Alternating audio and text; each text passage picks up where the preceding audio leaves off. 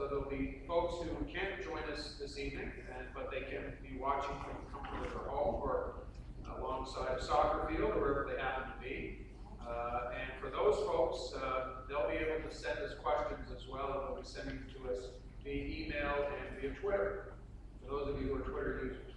And we'll try and balance the questions from the audience with the questions coming in. So we also have forms at the back, feedback forms, so if at the end of the night you feel like there was something left unsaid or a question that came to you at the end and you didn't have time to ask it, please fill out one of the forms and leave it with us, and we'll make sure that we answer your question.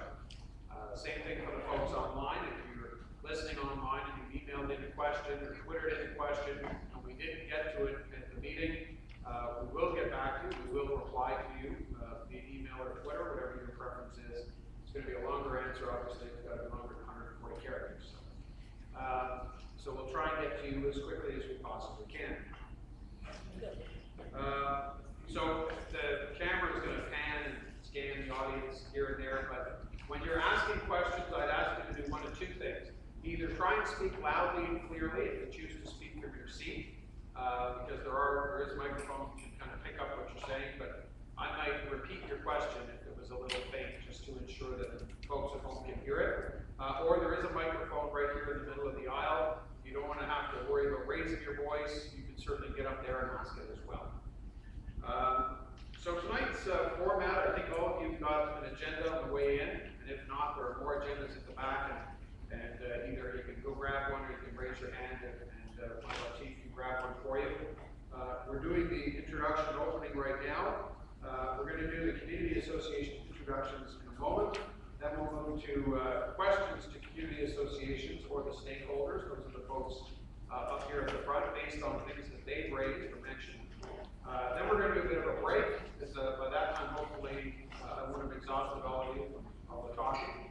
There is Tim Hortons tidbits at the back. There's coffee back there as well. There's water. And I want to thank Tim Hortons, the local two Tim Hortons, they're owned by the same gentleman, the one down in Michelle Heights and the one over beside the Tops Car Wash, for donating those tonight as well. So it didn't cost us any money to do that too.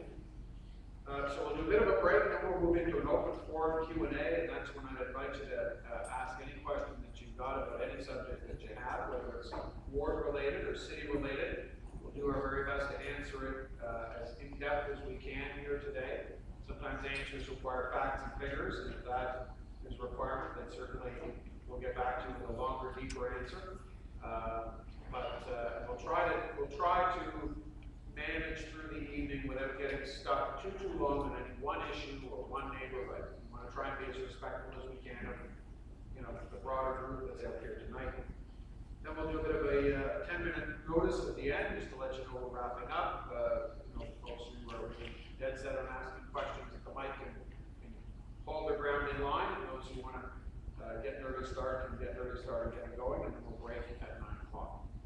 I'm not averse to breaking earlier if you want to get out of here and go back to your homes. I'm not averse to staying later if there's something really hot cooking and you want to keep it going. So with that, I'm going to ask the folks up at the front to introduce themselves briefly, and then I'm going to give a bit of an overview of our first 200 days together.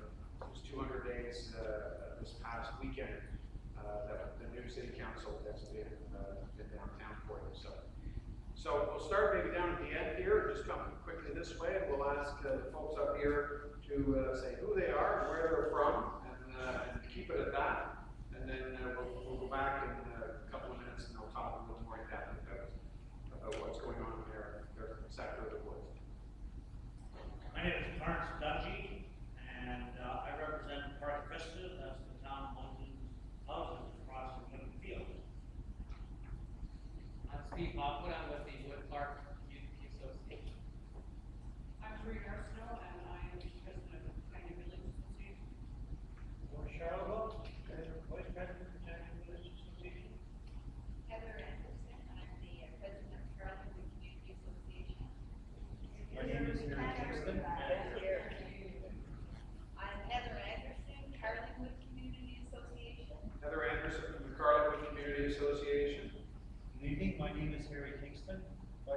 from Crystal Beach. Harry's from Crystal Beach. Julia Goodman, Lincoln Heights Parkway Community Association. I'm Michelle Hines, and I'm representing Pinecrest Queensway Community Health Center. I'm Denise Reed, and I'm here for Lakewood Park Community House. Guess that, Denise Reed, Whitford Port Community House. I'm Ruth Bromway, I'm president of the Crystal Beach Lakeview Community Association. Jackie, I'm here. Ruth Trombley is here with us from the Crystal Beach Community Association. For Crystal Beach Lakeview, I'm sorry. I'm Christine Verkalt, and I'm the interim executive director of the Britannia Community House. Hi, my name is Mohammed Sofa. I'm with the board of Britannia Community House and also with my community. Good evening, I'm Denise Dupuis with Montreal Community Housing, the director for the West Tenant Service Center. My name is Dave Roper, I'm member of the Woodruff North Community Association. Dave Rosner from the Woodruff North Community Association. Good evening, I'm Robert Blanchard, President of the Shore Community Association and co-chair of the Hamilton Community Association. Today I'm Keith Heaton, police officer at the Shore Community Association. So is it dead giveaway which one of them's the cop? Undercover, remember? Failing all right, well, thank you all. Now, you may wonder why this group is standing or sitting up front with me. When I took office, I had made a commitment during our recent election campaign to continue community engagement. But I want community engagement to be meaningful, and I want it to be broad, and I want it to be, most of all, reflective of really the issues that are affecting folks in their neighborhoods. The municipal level of government, we have the blessing of being the most relevant to us every day. It's the one you come into contact with the most when you get up in the morning to the time you go to bed at night. And a lot of the work that gets done is not done necessarily by the government. The government tends to be an enabler of work. A lot of the work that happens takes place in your very own neighborhoods. And it happens most often at the hands of community volunteers. And these are your neighbors who have decided to get together and become a community association, a community alliance, or get together and form some kind of ad hoc project group to tackle an issue that's in your community. So they are really part of the governance structure. You don't elect them. I mean, you do in the sense that if you live in the neighborhood and you participate in their community associations, then you will elect them at their annual general meetings. But you don't see them on the ticket at municipal election time, but they really do bring a lot of value to our community. It's not always a big happy family. We often have issues that are difficult to tackle, and they're ones that are good for one neighborhood and challenging for another. But my view is if we're all around one table, it makes it a lot easier for us to get progress, which is what we all want, rather than just trying to retreat back to our silos and say, well, the majority of people didn't vote for that, so we're not going to do anything about it. So the folks up here agreed with me after we won the election that they would partner with me in becoming our essentially Bay Ward Executive Committee. So they're essentially the officers and wardens of their own respective neighborhoods or their associations or their stakeholder groups. They help answer questions for our constituents and for your friends and neighbors and for yourselves. And they help get progress and push along community issues by helping us to identify what are the things that are most important to you living in neighborhood X and what are the things that are least important. One of the big challenges you have at City Hall is that there's only so much money in the budget basket, and there's only so many hours of the day to focus energy and effort from staff. So it's helpful for us to have a sense of across the entire ward, what are the issues that we're facing, and what are the things that are of need in our broader community, not just your particular neighborhood. How do we prioritize those? How do we make sure that we're tackling things that are going to be the most helpful immediately, and then move on down the line? And when we met, we found that there were a lot of synergies between the different neighborhoods. A lot of them had similar concerns, similar problems. So rather than trying to tackle them in isolation, we have a much better go of it if we work through them together. So with that in mind, this group meets every 2 months, and we try and tactically take a few problems, prioritize them, and work on them. And we meet ourselves not with an effort to close out the public, but in fact, to help our broader resident base by making sure that we have the time and the energy to turn to specific problems. We also committed to having 2 town halls per year. This is the first, and I want to thank you again for coming out. I was thoughtful as I walked in here tonight. You're always hesitant when you see so many empty chairs when you walk in. You think, how many people are going to show up? 5 or 500? So I want to thank you again for coming out and being part of our very first town hall. So just a quick, and I'm not going to talk for too much longer. I'm going to let these folks go, but just for those of you who don't know, obviously, the committee structure at City Hall is something that is not talked about widely unless you happen to be a devout follower of things at City Hall. But the work of your City Council is broken down into committees, and the committees handle all of kind of the heavy lifting. I have the opportunity to sit on a number of committees and chair one of them. So I chair what is called our Community Protective Services Committee. Our Community Protective Services Committee handles issues and departments of the city such as fire, paramedics, disaster management, bylaw, parks, recreation, arts, culture, heritage, and social services. So it's a pretty broad committee, but those are the things to which I'm particularly able to speak and focus on because they form part of my daily routine at City Hall. We also, when I say we, because really I'm your representative, we also sit on the planning committee, which handles zoning and land use, that kind of thing. You see those black and white signs by the side of the road that say what's going on here and there. I sit on the committee that helps decide what goes on here or there. I sit on the IT subcommittee, which is the committee that helps the city navigate the information technology roadway, both internally at the city, what technology we use to enable ourselves to work, and externally as well. And that's something that's under a bit of an evolution right now. How do we use technology to communicate and enable you to communicate with us? Everything from our website to social media to booking nice times and facility rentals and all of that kind of stuff. In addition to those, I sit on the Campground Authority, little known fact that Ottawa has a municipal campground, and Bayward is home to it. It's out at Corkstown Road. So there's a City of Ottawa home campground out there, and I sit on that authority by virtue of being your councillor in Bayward.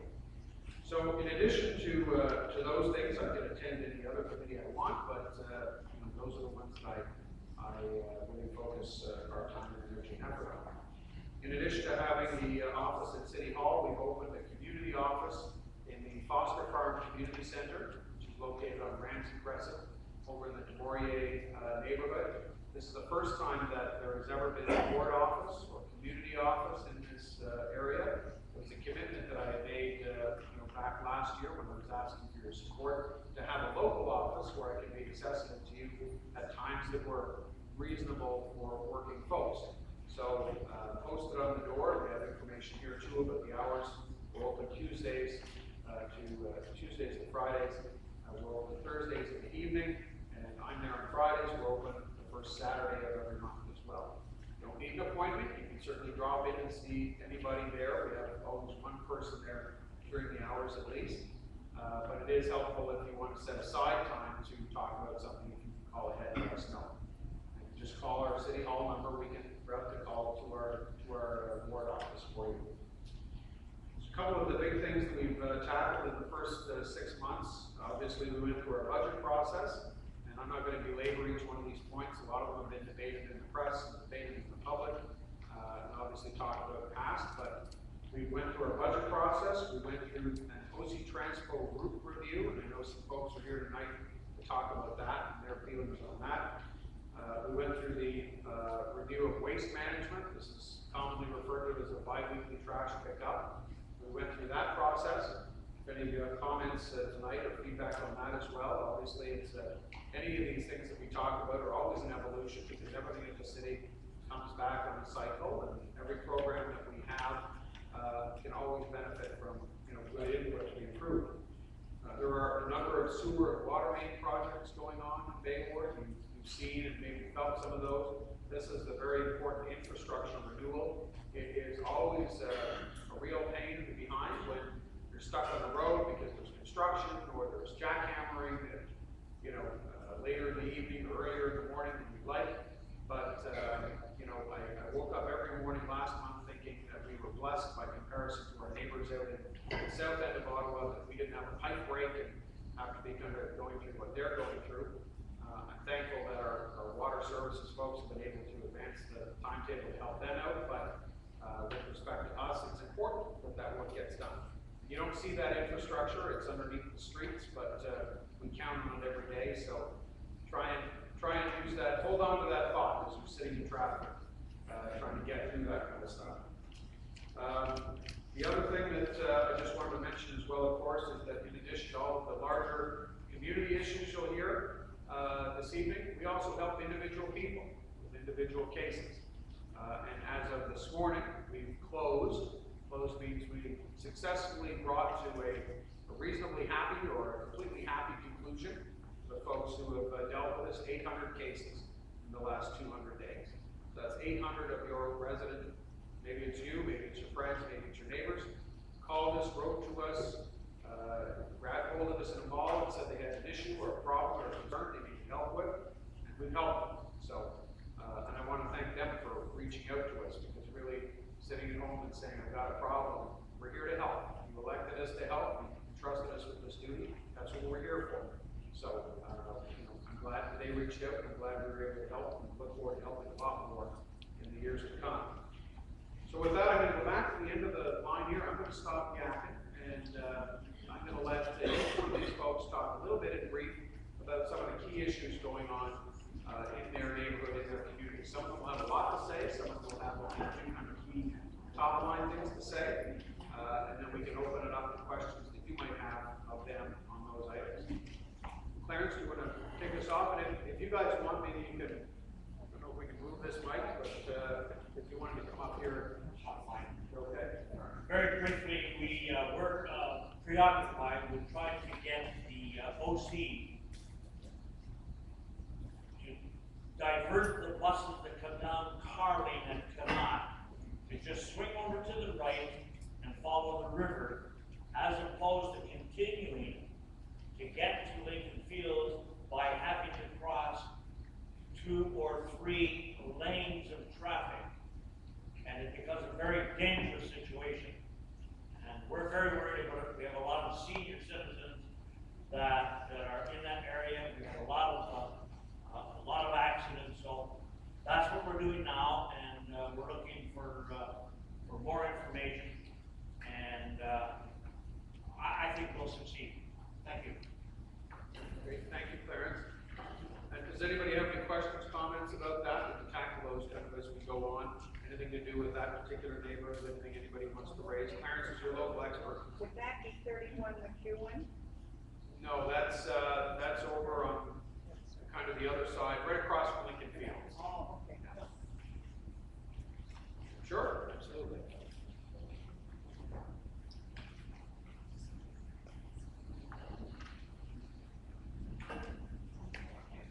Thanks, Mark. I have a bit of a soft voice, so I thought I'd use my phone instead of yelling. So, Steve Hopwood again with the Wood Park Community Association. For some of you who don't know, it's Woodruff, Richmond, and Carling up to the Lincoln Field Transitway area. Generally, on the positive side of things, we have a barbecue that was rained out twice this year, unfortunately. So that didn't happen. But we successfully had a garage sale that on the 4th of June that went on. So those are some of the things that we do for the community and help to arrange that.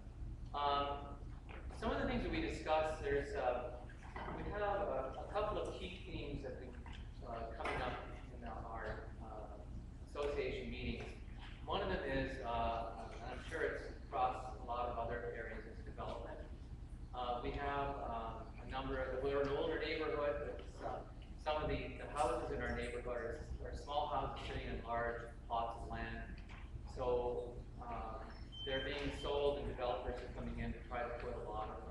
housing on it. We're not adverse or against development or housing, but sometimes developers go a little over the top, and we're constantly seem to be fighting a firefight with them to just reduce the amount of housing that's going into a particular area. Traffic management, Mark, you mentioned traffic management. It's an ongoing issue with Wood Park because we're situated between Carling and Richmond. We do have vehicles coming through the neighborhood, sometimes at a relatively high rate of speed, and going either between Richmond Road and Carling or vice versa, depending on the time of day. So we don't have any sidewalks in our community. We have ditches. So, you know, the neighbors, the dog walkers, for example, walk along the side of the road. So it's a concern to a lot of them. We also have illegal left-hand turns out of our community onto Richmond Road, which is a constant irritant for many of our neighbors in that association. The last thing I wanted to mention too is actually the surface within the last couple of years is the state of our streets, our roads. They're getting appalling. I mean, we have one road coming into it's a major road going into our community. It hasn't been touched in 47 years. It's been on the 10-year short list to have redone and resurfaced for the last 25 years. And, you know, it's just getting ridiculous. The streets are just falling apart in many areas. And, you know, and you can only deal with so much with a little hot patch after the winter freezing thaw. I noticed this year, it's been the absolute worst. I mean, the sewer grates are collapsing. The edge of the road are just disappearing.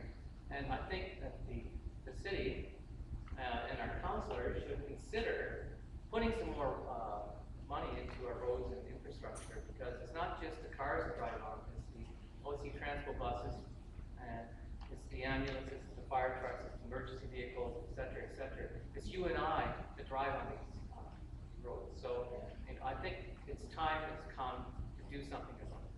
Sorry, it sounds like I'm on a platform here, but that's a major concern becoming in our neighborhood. And just walking. I mean, I've almost fallen a few times just walking over. Can you imagine when people with mobility issues and in wheelchairs? We've got some people with wheelchairs in our community trying to get around these major potholes. It's just becoming ridiculous. Thank you.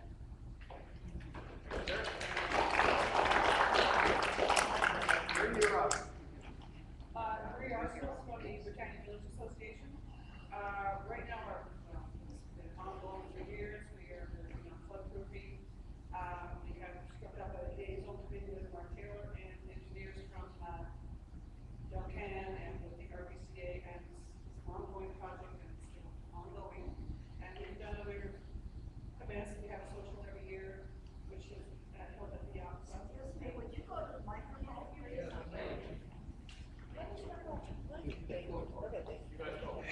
All right. Marie Arsenault from the Britannia Village Association. What we're working on what we've been working on for years is floodproofing, because we are in the flood zone. Not all of our village, just a section of them. And we struck up a liaison committee with Mark Taylor and Delcan, and which is an engineering company, and the Arctic Valley Conservation Group. So this is an ongoing project. We're still working on it. We also do a social every year, called the High Water Social, and we held the fundraiser to try to get some money to have signage for our village. And we're still working on neighborhood blocks, which is an ongoing project. And that's it. Thank you, Marie. Anybody remember, if you have questions for any of these folks up here about their specific, anything that they say, don't hesitate to throw up your hand or just, yell it up. Yes, sir. Mark, I'm Harry Abbott. It would be very informative if each of the persons that spoke up defined their area. Sure, geographically. I've lived in this West End in various places for years. Yeah. And I know some of the locations, but I don't know the defined areas. Sure, absolutely. Great idea, thank you. All right, so just to recap, I guess Britannia Village, you can probably see from here, across the water. That area over there, the area that as you drive down behind you. Sure.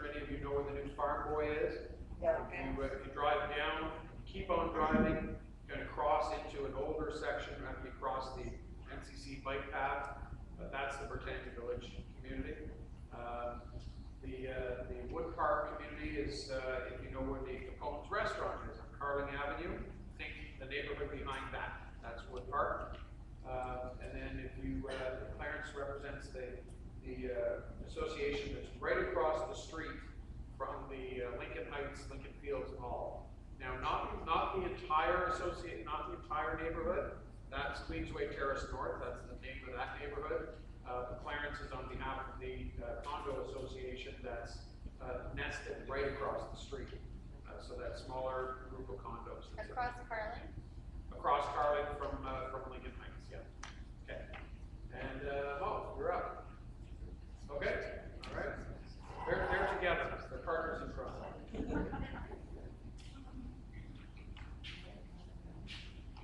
Good evening. I'm Heather Anderson. I'm with the Carlingwood Community Association, which is probably easily described as behind Carling Mall, north to Richmond Road, bounded by Woodruff and Sherborne. It's a small community association. It's been very quiet, but right now our biggest thing, as some of you may be aware, is the Carlingwood YMCA is closing in September 2012. So we have 15 months till it closes, which is a big loss for Ottawa West or Ottawa in general, because it services a lot of people, families, seniors, all sorts of different programming. We're not sure. The Y has no immediate plans to replace it in Ottawa West, unfortunately. We're working with Carlingwood Y, but most importantly right now is what's going in that location, which is Claridge Homes is building an 8-story retirement home. And it's right next to the park at Lockhart, which has a pool and a playground. So we're hopefully be working with Mark and the city and Claridge in conjunction to determine how we can move forward to satisfy everyone's needs. So if anyone's really interested in that, I think most people are aware of it, but we have 15 months, but we're always looking for more input, and if anyone's willing to help, feel free to contact me. Thanks, Heather. Any questions on any of those things? I mean, I can talk a little bit about the why after we like, but does anybody have any questions for Heather? If not, we'll jump over to Harry. Harry, are you and Ruth doing a duo, or? Harry's covering one thing. Okay, and you're I covering. have other notes. All right. Yeah, we have some of these. Good evening, everyone. My name is Harry Kingston. I'm with the Crystal Beach Lakeview Community Association. First of all, I want to acknowledge the work that Mark has been doing. We've had a couple of issues that have been a bit of a pain. We'll stop the description there. For the people of our community, when Corkstown Road was under reconstruction for the water main project, the sewer project, etc., that caused a tremendous amount of disruption. Whenever we contacted the office of our councillor, there was a quick response. My particular passion for the whole community, not just Crystal Beach, but everything in Bay Ward, is community policing, the neighborhood watch program, because I think that's something we own. We, meaning the community, own that. We define our relationship with the police and how supportive we can be for what they do. The safety in our community is something that I have a very, very strong passion for, and that's known in some respects around this room. If there were issues related to Crystal Beach, Ruth will speak to them more specifically, but I will first begin by making an observation. There appears to be a disconnect between our elected officials and what they're trying to do, in this case Mark, and our mayor, and the entire city council, and it's almost becoming a dirty word, the word city. There appears to be a disconnect between us as a community thinking we own it, we're going to drive it, we plan it, we call upon the city to help us get to where we want to be, and the disconnect appears to be, no matter how strong and effective our councillor is, I'm not convinced the city is yet trained in the new way of doing things, in that they're there to serve us. There have been land zoning issues in our own ward. There have been traffic issues, and I'll speak specifically about Holly Acres. I'm not convinced that by the time we as the community association get involved, that the decision has not already been made. And that's a perception that's very real out there in our particular community. But I do want to make it clear that that is not the fault of our, in this case, Mark. That's not Mark's fault. I believe that there's a culture that's been allowed to exist for a long period of time. People are sick of it. They don't like their taxes, and they don't like the new ways of the city whoever they are, starting to make suggestions through our elected officials that, well, we know best. In my opinion, and I say this very respectfully, our responsibility is to hold our councillor not only accountable, but this is what we define as important in our community, and we need to give him the tools and support that is necessary to move forward on that. There's nothing else that we have as a particular issue. I know that Ruth is going to speak about her view. These are issues that are particular to our particular community. For those of you who don't know Crystal Beach, if you want a good meal, the heart of our community is Ralph Steiner or Villa Lucia, but it's basically all of Carling Avenue, west of, I'll call it Pinecrest, but because that's where primary the community is, but all the way out to the change that's going to take place when 5,000 people from D&D arrive on the Northdale complex. So busing issues, transportation, the condition of our roads is going to become more and more important. And what's going to happen to Carling Avenue? That appears, in my opinion, to be the issues that we're being faced with.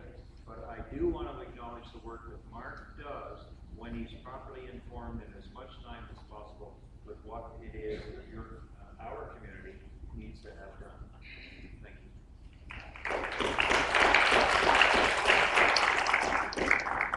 Thank you, Harry. You can pick up your $20 check.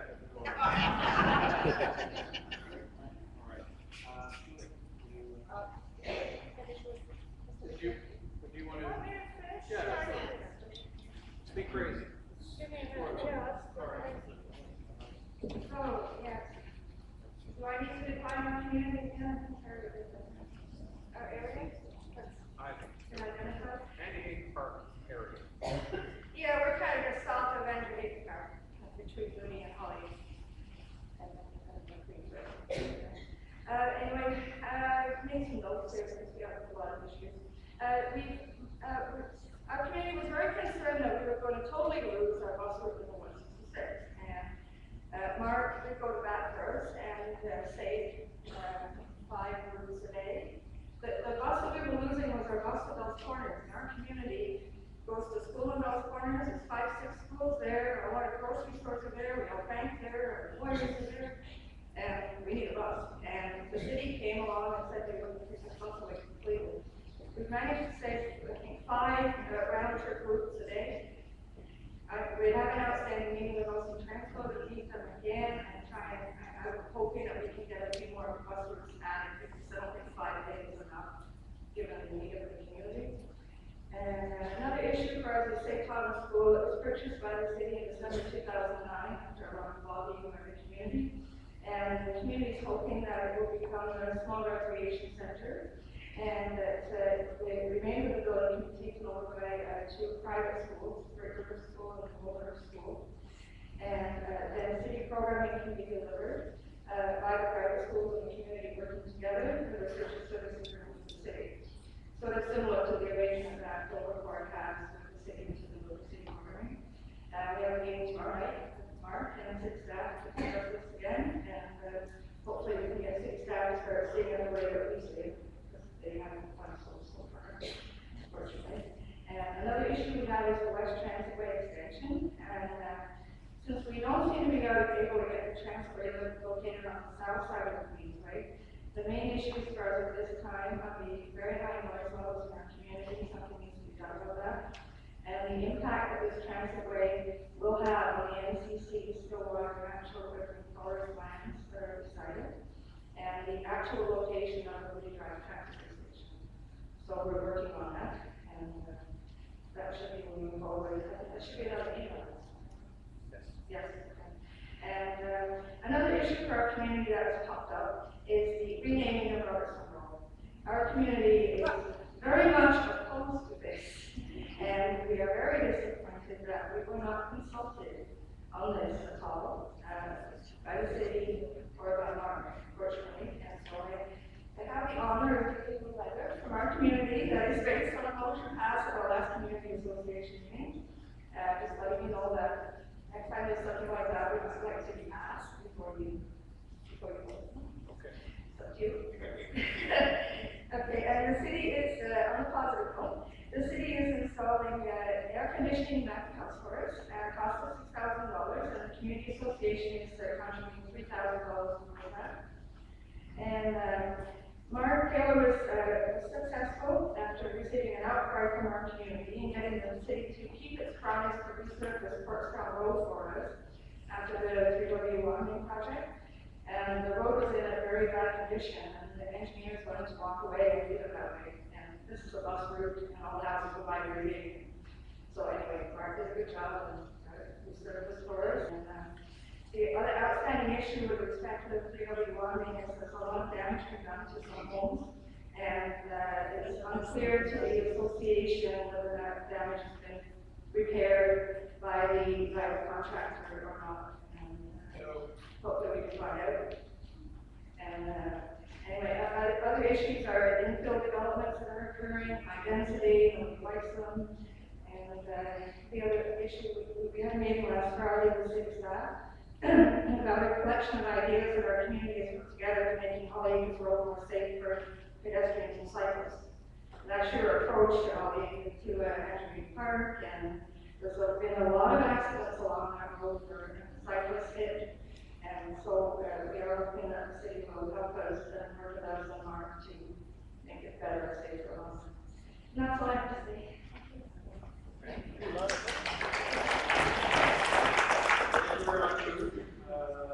Julia. And listen, well, folks are, I don't think any of the folks up here would find it disrespectful, but, you know, if you want to get up and grab a coffee or grab something to eat and then sit back down, I think, you know, you're all doing a great job listening and getting an opportunity to talk. So if you want to keep in the meantime, stretch your legs, go ahead and do it while we're moving ahead. Thanks, Mark. My name is Julia Goodman, the Lincoln Heights Park Community Association. So we're quite a new community association. Our boundaries are Regina Street literally from the Parkway to Regina Elementary School, Regina Lane, Lincoln Heights Road, which is a U, and at the center of the U, Richland Crescent and Flower Lane. We also extend then north to the river, so we include the Mudland Conservation Area in our territory. So our top issues have, over the length of time that we've existed, which I'm saying is about not quite 2 years, have changed a little bit in how prominent they are. Right now, I would say top of mind for everybody is access to the Lincoln Fields Transit Station from our community. Right now, it's very awkward. You have to kind of go right up to Carling Avenue. We're very close to it, but you can sort of see it, but you can't get there without going through, and we need a safe, effective way of getting there. Currently, our residents are regularly receiving quite stiff fines for crossing the parkway illegally in order to get there. The safety in general, both from a traffic perspective, is very important to the community and the crime perspective. So we have established a neighborhood watch. We're having a little bit of difficulty getting it really functioning, but nonetheless, there's sufficient interest there to look at a little bit. Traffic in terms of, you know, signage, speed limits, and that kind of thing is top of mind. We also found with the community that the social aspect, meeting your neighbors, getting to know your neighbors, is very important and was missing before we came into existence. So we operate with rent in the city. We operate the rink in our local park. We took that over from a former association, and Pinto was kindly keeping that going for a period of time. And we run a winter carnival, allowed attended by children, great hot chocolate. We do a spring cleanup. We do a walk in on lake led by a naturalist who lives in the community, a very respected naturalist. And this year, for the first time, as part of that, or on the same day, we'll do a community picnic under the family shelter here in Britannia Park, which can be rented very, very, very reasonably. So the big issue that caused us to come into being is still an issue, and it was a development issue that the majority in the community opposed. And it was a proposal by Parkway House to sell the land on which it is built and on which it owns to a developer. So Parkway House houses 12 very severely disabled animals. You see them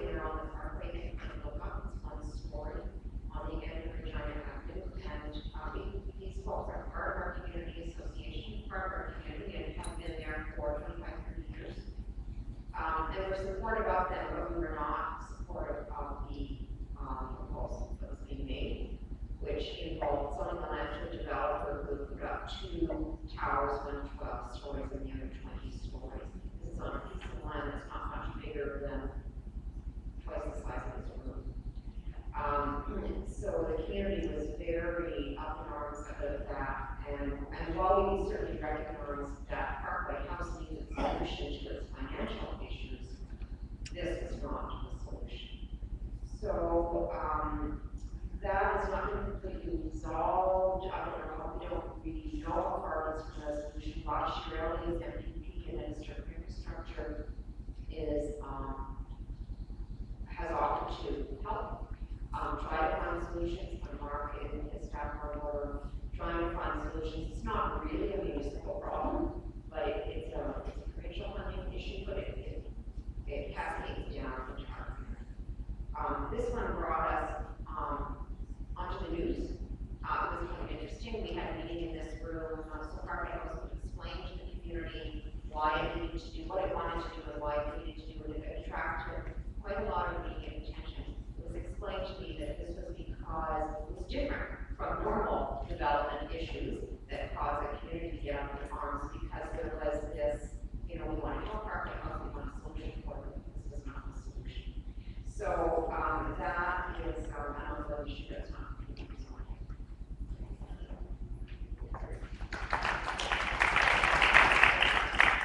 Thank you very much, Julia. So, I'm Michelle Hines from Pinecrest Queensway Community Health Centre. I don't want to know where we're located. We're right across from Lincoln Fields, between Horace and Lincoln Heights Mercury. So we're your local community health center for your community. And tonight's really important for us to be here because we're in the process of doing strategic planning, setting our priorities for the next 5 years. So I'm doing a lot of listening tonight. As part of our engagement with the community, we've sent out surveys to key stakeholders and partners and asking people what should your local community health center be focused on for the next 5 years. That's my role tonight, is to try to take that information. Thank you.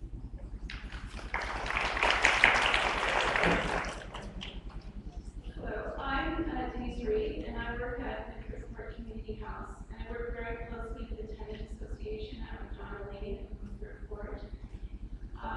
They're a very active tenant association, so I'm there representing them. Chief concern to this community, Mr. Ford and John Lane, is having safe play spaces for their children. A couple of years ago, the city of Ottawa gave us a small plot of land that it's up to the community to develop it into a play space. There currently is no safe play spaces for children in the community. The Tenant Association has been actively fundraising for the past 2 years, and are seeking support in making this play space come to be for the kids in the community. So that's a chief concern. Another issue is traffic. Traffic on Regina Lane. The Tenant Association has been speaking with Councillor Taylor about traffic calming strategies on that lane because a number of children play and use that as a play space as well. So that's one thing. Wait, I have a question? Yes. How many children do you have in your community? Well, we have approximately 150 units combined with Regina Lane and with the Fort. I don't really know how many children there are, but it's a lot. Okay, good. I'm interested to know. And also, Regina Lane is the back alleyway that you're calling Regina Lane? Well, it's Regina Street and Regina Lane, yes. Okay, no, because I see a lot of kids. And I just There are a lot of children. Okay, Yeah. thank you. We can get that. Yeah. Yeah, we get that. Thanks very much. Thanks for the questions, and certainly there's, I'm taking a few notes here tonight, but Pat, who is one of our staff, who we have Patrick, he's over there silently typing away, so he's taking notes tonight as well. So questions, concerns, don't think you don't see someone writing it down, it's not getting recorded, obviously we're recording it here, he's typing it there, so. If there's information that we think is useful for everybody, we'll of course post it on our website, and if you don't have access to our website, you can certainly call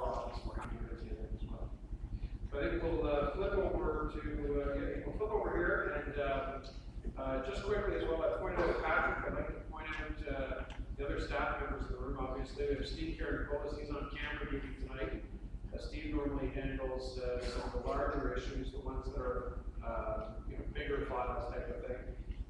Chantal, who is actually not in the room at the moment, she's just out there. She handles community association liaison and media, which is obviously an issue for City Hall. Dan down here, who's managing the keyboard with Twitter folks, he handles a lot of constituency work for the individual folks who write into those cases that I mentioned earlier. And Patrick handles paper management, executive paper management, and me. They make sure we're in the right place at the right time and have papers with me that are relevant. So, all right, we'll flip on up, and we'll keep on moving.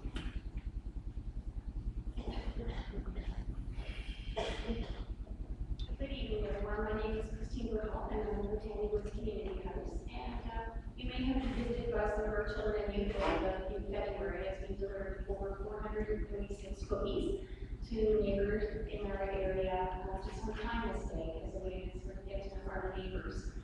Our excitement that we've been having, I'm similar with Mark, where my office is right in the community, so any issues that our residents have, they bring it right into the community house. If it's a city issue, I feel very comfortable to pick up the phone and call Mark. Or if it's an issue with anything other, we have a great partnership with our community housing, so there's lots of resource people there I can contact. We have a very busy tenant association. They come under the direction of our board, and so they're working on numerous issues as well as planning for the summer. The news in our neighborhood, I guess, is that we have been undergoing a very extensive multi-million-dollar renovation with our community housing, and that has generated a lot of excitement in community public. And we also have a brand new water park. And I guess what we're focusing on right now is finding youth summer employment. So we have a lot of youth in our community who are looking for jobs, as well as fundraising for our summer program. We offer Monday to Friday from 9 a.m. to 4 p.m. summer camp. And we're fundraising to have that go in happens. So. Sorry, where is Britannia Woods? Oh, my community is Richmond. Okay, thank you. Thank you very much. Now I've got to preempt our next speaker for a moment and embarrass him a little further. Mohammed Sofa is kind of a community fixture at the West End. I told this to the folks in the room earlier, and they clapped, so no pressure. But Mohammed was awarded with a City Builder Award this morning at Ottawa City Council, and that's something that he received for a lot of work and a lot of dedication to our community, either in the neighborhood or more broadly. He's a pretty young guy to get a City Builder Award, so he's packed a lot of time.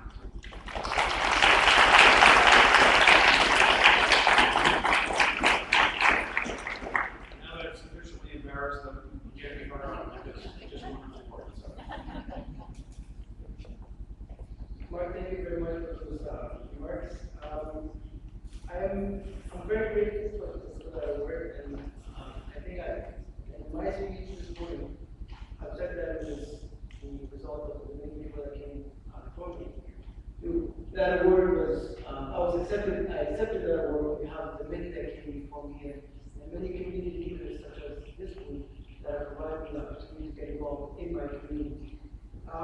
In addition to what, I'm also with the Britannia Woods Community House, which is known as Ritchie Street, community that I grew up in, and along with what Christine said, we are in search of community space. Someone asked how many children are in this community house or in her community. And in Britannia Woods, we have well over 300 kids in 172 units. And we do the programming from a house, a 4-bedroom house, that is a 3-bedroom house, and a food bank in our basement. And in that food bank, we did a little bit of a survey of who uses that food bank, and we are noticing that many people from the ward are coming to use that, whether they are out in some of the towers in the field area or out in the family shelter. And so we are looking for space to offer more programming, and in the future we'll keep you in touch on how that process goes. Thank you.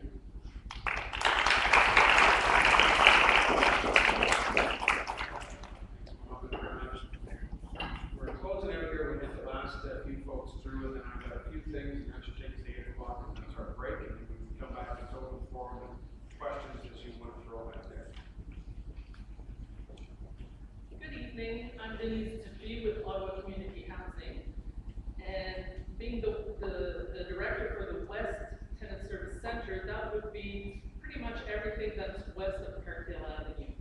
We actually have a community out in Canada, we have another community in North Door, but I guess the two largest pockets of social housing that we have are in this area, the Foster Farm, Britannia Woods, Michelle Heights, and the other being in the Caldwell area, so in River Ward. Some of the challenges that we face is dealing with our aging buildings. We've had the opportunity in the last couple of years to receive a lot of money from different levels of government and update some of our housing. And in fact, we've put in over 100 million in the last couple of years, but the funding is drying up. We do have support though at the mayor's office and recognition for social housing as being an important thing to invest in, and we're hoping to, receive more. There have been some commitments, but all level of governments we're looking to them to contribute as well. Some of the really positive things have already been discussed. The Britannia Woods Renewal Project is certainly one community where we've invested quite a bit of money, infrastructure money, and we've forged a wonderful partnership with the community house and the tenants.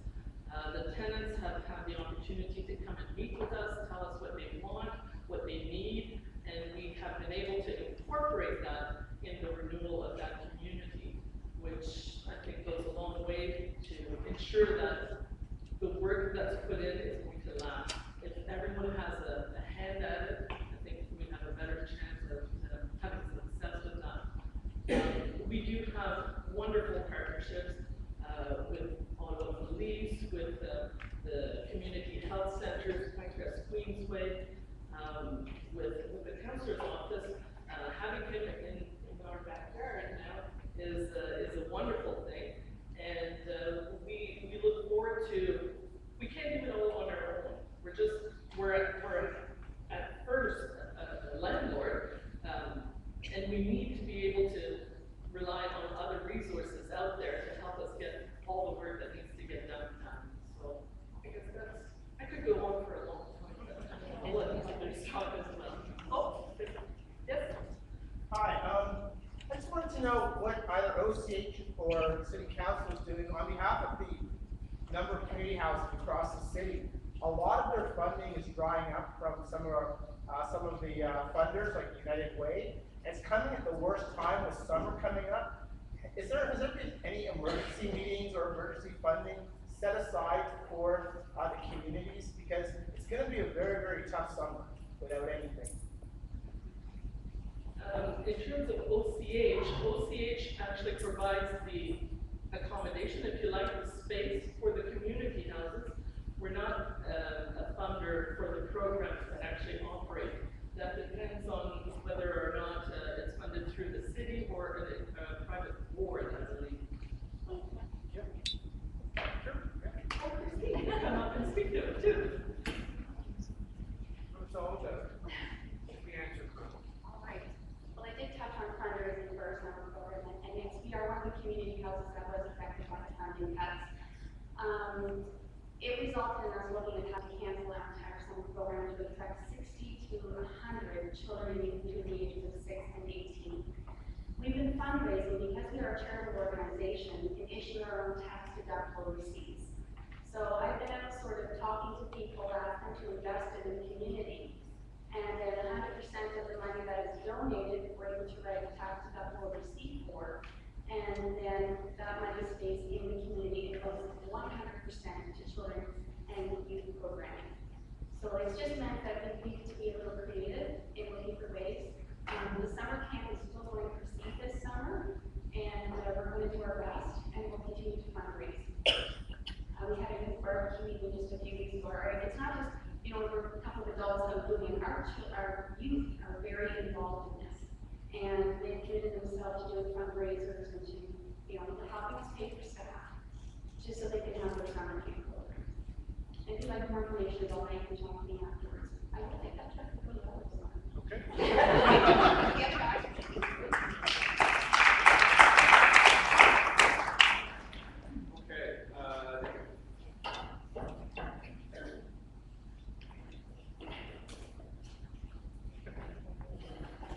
I'm Dave Grosvenor from Woodruff North. Woodruff North is a community of about 180 residences. We are north of Richmond Road and on both sides of Woodruff. We go from the Unitarian Church property on the east side to the National Catholic Commission Parkway on the west.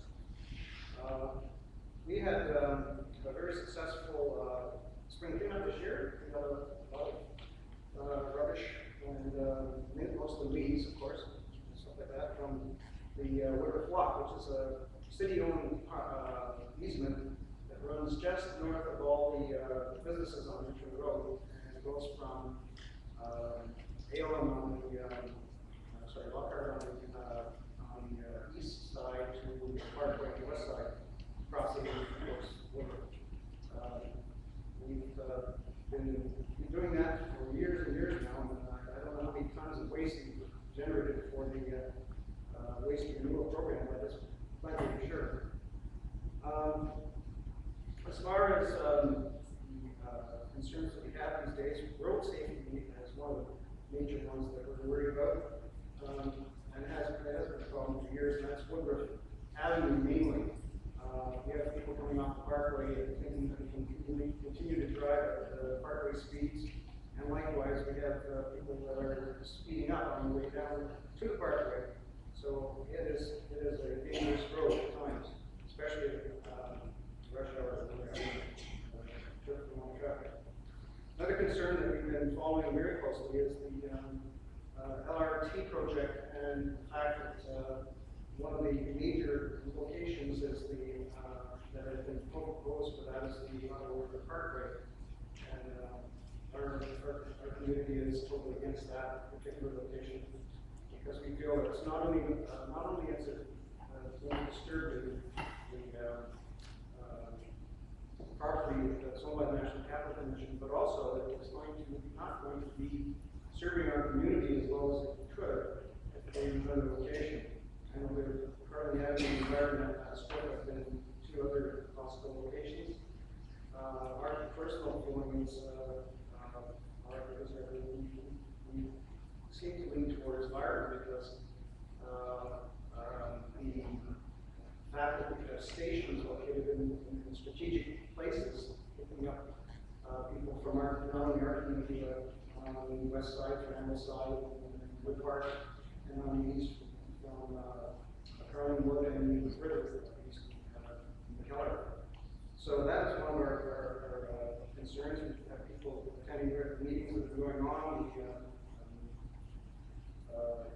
Regular meetings done by the city to check the locations, and we've been pretty active in writing to the powers that be on that as well over the years. This is not, of course, a new thing. It's been going on for quite a while, and we're hoping for a good outcome. Now, the other things that we have developed issues as well. Some of them have been going on for a long time. Some of them local businesses, and recently there's been a possible development at the corner of Woodruff and Richmond Road where the developer wants to put up a multi-story condo where it's also the old corner store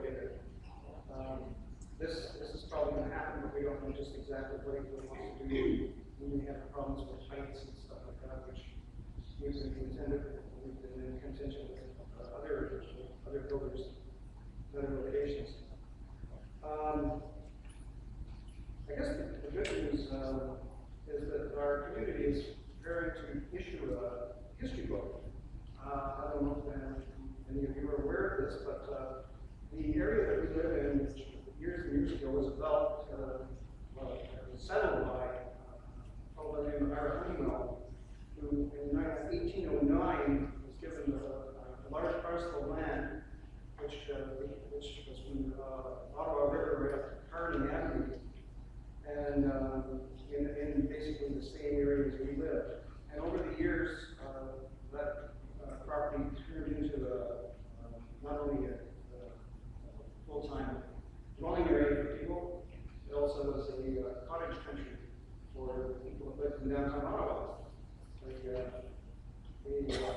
fact that they put the streetcar out from the city out to this area, that was one of the reasons why people would use that area for as a veteran community, and then as well in the summertime it was heavily used by many people for as cottage country. That area then, of course, is the National Capital Commission decided to put the parkway down, and it's happened in a lot of parts of town. They appropriated all these homes that were some of them were quite attractive cottages right along the river, and there was also several beaches there. And anyways, the community at the time was a vibrant center. In fact, it was actually called the village. They had a post office, which eventually moved to Carlin Shopping Center, where it is now. And there was a Woodland Public School, which was not located where it is now, but closer to Richmond Road. It was quite a well-attended school, and apparently they didn't spare the scrap in those days.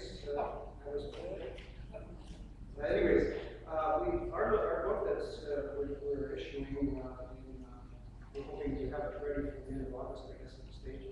It's going to be about 275 pages, of which we have a historian that wrote a lot of the stuff I was just telling you about as far as the original development, and then furthermore we have people's memories from people that lived in the area. A lot of folks here would probably be in the age group of these people, lived in the community for many years, and you'll probably get quite an enjoyment about reading this book, because you'll see a lot of similarities in what happened in the lives of these folks.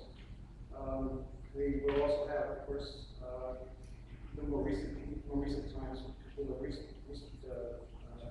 people living in the community. This book is currently selling for $20.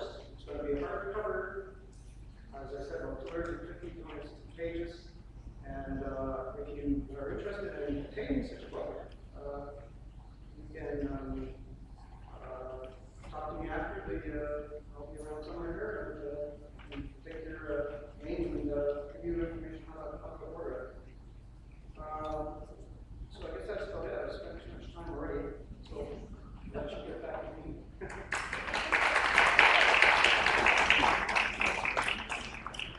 Thanks very much. Robert, you're up, and I know we're running a little late to try and be concise. Do you want to come up, Robert? You're on stage. You guys are here? Better use the mic.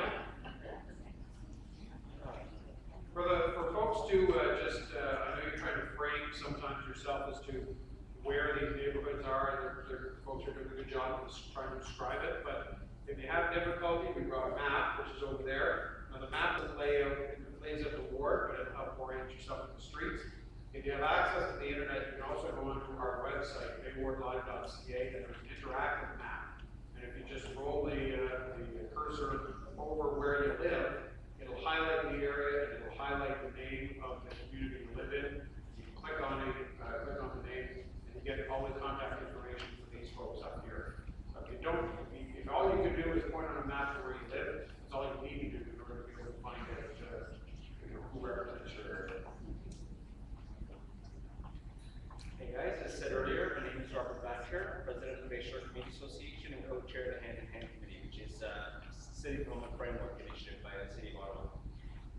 anyway, our area is defined basically by Bayshore Drive and Woodard Crescent. On the maps, Bayshore is considered a wider location on the City of Ottawa maps, but it is a tenant association for all the tenants under Mitchell management, especially for the BCA, so that's all we represent. And an interesting thing to note, in this area there are 7,000 residents in such a small location, just because of all the large apartment buildings and stuff. The biggest issue in our community, which is surprising considering how many people, is involvement, because 7,000 residents, you think you can at least get a little bit of involvement. Our community association recently expanded to 9 members from 3, which is good. That's work for me to do. All right. As everyone knows, socialization is key to a good community. And getting people together, getting people involved, this is what makes a safe, productive, stable community. And again, that's why involvement is so important to us. At events, we've had upwards of 200 people show up for specific events, which is a really great number. That was our big hit this past year, because we've been doing a lot better. The interesting thing to note is our community building that we do all of our events in right now, which is something I had a presentation from Mark in one of the standing committees to enlarge, because it is about 1/8 the size of this room. The room that we gather in. Imagine 50 or even 100 people fitting in a room 1/8 the size of this room. It's incredible. Which is why usually we're outside, but it's very difficult in winter time. Yeah, it's definitely crap, as I said. Also, a new issue that's just starting is Bayshore's name change. It's being changed by the property owner to Accora Village, leaving a lot of residents wondering what exactly I apologize. ACCORA, Accora Village.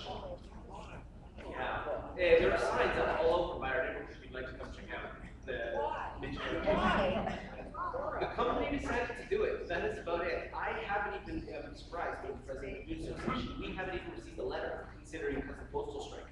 They tried to send us a letter. A lot of people want to fight over a paper date. So it's leaving a lot of us sitting here wondering what exactly does that mean? So that's the biggest issue. Yes.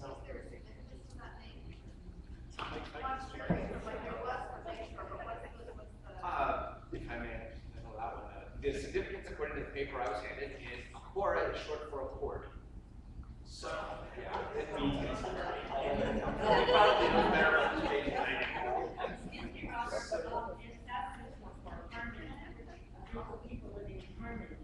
Okay.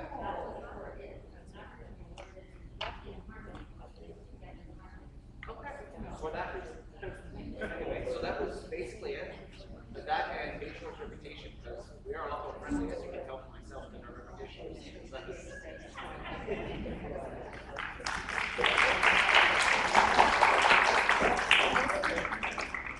Thanks very much, Robert. And I can speak a little bit more about Fergus and these plans for that community, but I'll leave that for after the break, because I know Councillor Peden has a time deadline, so he's going to talk a little bit. Then we'll do our break when we come back. Then we can get going on a few other items. Your questions, of course, which is why I'm here. Constable? Can everybody hear me from here? No? No. Really? Even with your deep voice. I think there's a little smarty pants in there. maybe you can come into like just for the benefit of the web. Those of us that are a little hard of hearing. All of the constables online meetings. Want to see them online? I love online stuff. It's great. Basically, my area is from Moody Drive to the water to the 417 Fountain Park. So I deal with any community-related events.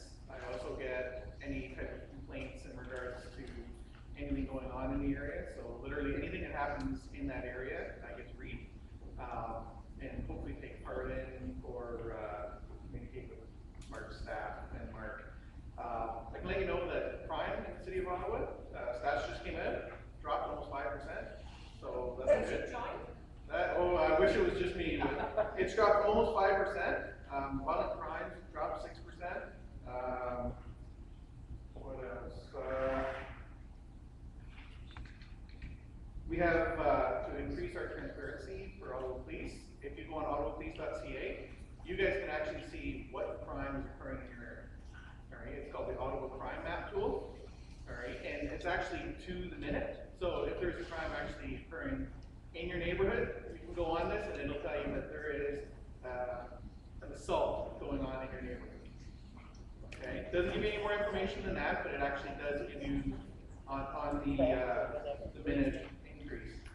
The good thing is, Ottawa citizens have actually changed. Number one complaint for about 20 years is traffic. Everybody was complaining about the speed. All right, that's changed. Top 5 concerns now are drugs and drug dealers. Number 2, youth crime and violence. Number 3, speeding. Number 4, robberies. Okay, so it has changed. But I can also let you know that robberies has dropped 19%. 19%. So that's actually a good drop as well. Ottawa Police, their big thing is for their operational focus. Hate to say it, we are stats driven. So if you guys don't call, we don't come.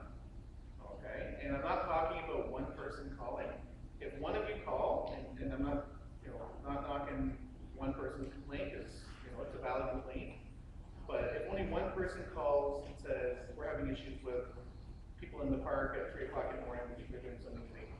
Nobody else calls for the next 2 years.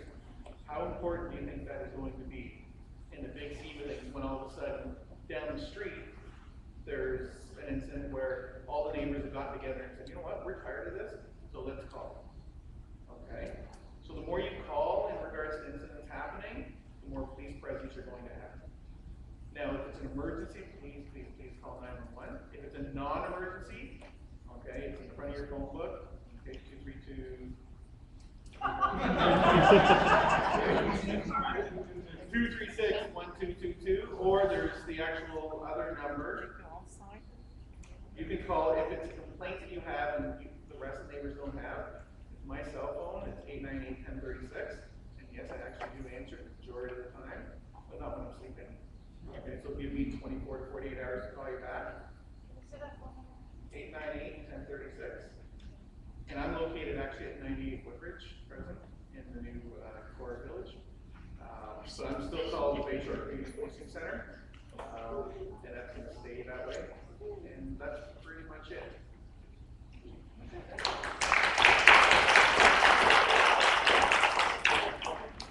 All right, well, folks, thank you for being so patient as you heard about the kind of the issues that are across the board. Now, we have blocked off time for a break. If you want to take it, let's take it now, and let's keep it to 5 minutes, and then we'll get back on the road.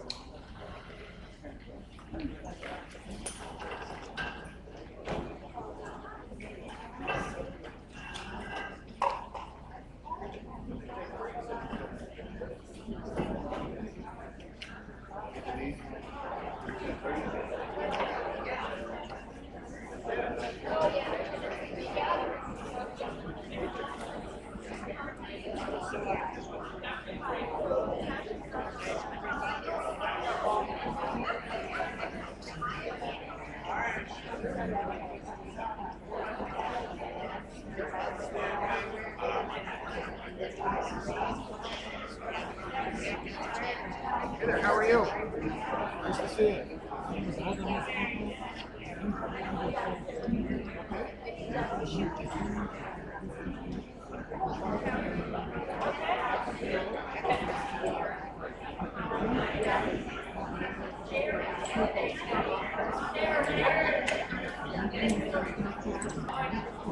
Okay.